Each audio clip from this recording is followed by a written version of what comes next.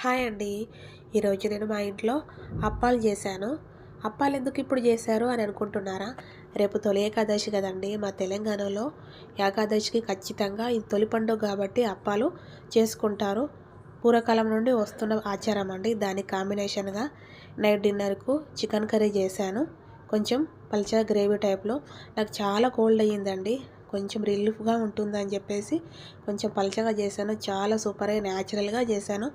చాలా బాగా కుదిరింది. దానికి కాంబినేషన్గా అప్పాలు ఒకటే తినలేము కదండి.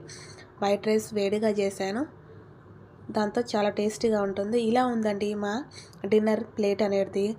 కొన్ని అప్పాలు, ఒక cup chicken curry, white rice combination మాత్రం చాలా బాగుంది. చికెన్ కర్రీ, అప్పాలు.